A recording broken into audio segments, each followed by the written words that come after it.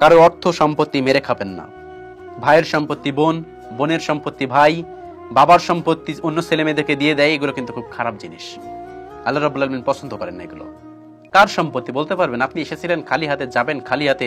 কার সম্পত্তি নিয়ে বড়াই করেন, কার সম্পত্তি নিয়ে অহংকার করেন? এই পৃথিবীতে যা কিছু আছেন, এই সমস্ত ব্রহ্মাণ্ড, পৃথিবী, আকাশ বাতাস সবকিছু উপরে যিনি আছেন মহান রব্বুল আলামিনের। আপনার আমার খালি হাতে এসেছিলেন, খালি হাতে যাবেন। এর জন্য ভাইয়ের সম্পত্তি মেরে খাচ্ছেন, বোনের সম্পত্তি আত্মসাৎ করছেন, বাবা সম্পত্তি জোর করে আপনাকে দিয়ে দিচ্ছে বা আপনি জোর করে লিখে নিচ্ছেন, এগুলো কখনোই করবেন না। অন্য একটা মানুষকে কখনোই কষ্ট দিবেন না। সবসময় মনে রাখবেন, অন্য একটা মানুষকে কষ্ট দিলে এই কষ্টগুলো আপনাকে ঘিরে ফিরে আসে। অনেক সময় দেখবেন বাবা মা পৃথিবী থেকে সন্তানের সবকিছু লিখে দেয়, আবার ওই সন্তান ওই বাবা মাকে বৃদ্ধাশ্রমে রেখে আসে। কি নিয়ম একবার চিন্তা করুন। ওই বাবা মা কিন্তু তার সন্তানের সবকিছু লিখে দিচ্ছে, আবার কিন্তু বৃদ্ধাশ্রমে রেখে আসে। অনেক বাবা মা আমি দেখেছি, অনেক বাবা মা তার সন্তানের জন্য, তার ছেলে সন্তানের সবকিছু লিখে দিয়েছে, ইভেন তার সে সন্তান তার বাড়ি এরিয়া, যে এরিয়ার ভিতরে থাকতে দেয় নাই বৃদ্ধ বয়সে। আমার দেখা চোখে, আমি রাজীব হাসান শিবলি বলতেছি, আমার দেখা চোখে। পৃথিবী খুব খারাপ। কাউকে কষ্ট দিবেন না, কাউকে দুঃখ দিবেন না।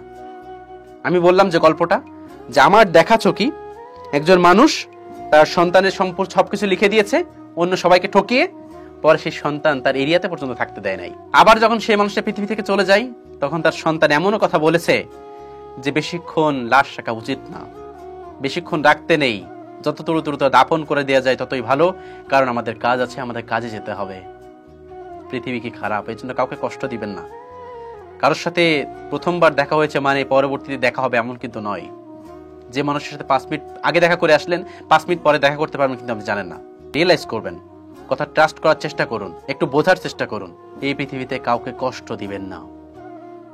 আপনি কাউকে এত বেশি কষ্ট দিলেন যে সে ভাত খাইতে বসেও কাঁদলো, ওই ভাতের দানাগুলো কখনোই আপনাকে ক্ষমা করবে না।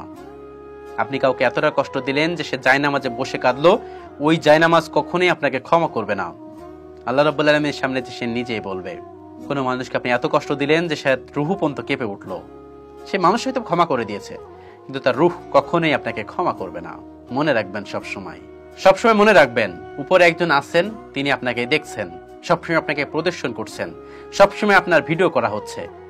কিয়ামতের দিন কনফারেন্সের মাধ্যমে সবকিছু দেখানো হবে আপনাকে। বুঝতে পেরেছেন? সেজন্য কখনো কারো মানুষকে কষ্ট দিবেন না। আর যদি কষ্ট দিয়ে থাকেন তাহলে এই পৃথিবীতে কিন্তু তার শাস্তি ভোগ করতে হবে। ট্রাস্ট করুন, শাস্তি ভোগ করতে হবে। আজকে যা করছেন 5 দিন পর তার কর্মফল আসবে, তখন কি করবেন রিয়েলাইজ করুন।